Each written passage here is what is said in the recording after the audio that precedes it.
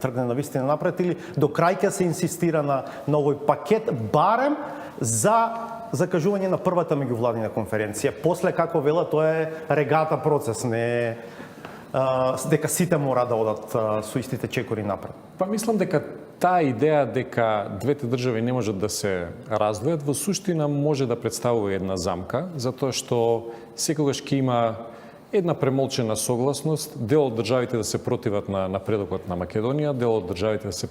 противат на напредокот на Албанија и се дека тие две држави се држат заедно, во суштина ниту една нема да оди напред. Логичен ли е тој пристап за вас? Барем првиот чекор да се направи заедно, кога веќе ќе се влезе во тој формален процес на пристапни преговори, тогаш секој нека оди посебно. Принципијално би било сите да се залагаат за така наречено индивидуално вреднување на напредокот, што е и наша залажба во изминатите години, но доколку не постои единствена позиција на сите држави членки, не можеме да очекуваме чекор напред, како што гледаме во суштина од тоа што беше напоменато и од комесарот, дека ние во моментот имаме ситуација кога најголем број на држави се за почеток на преговорите, меѓутоа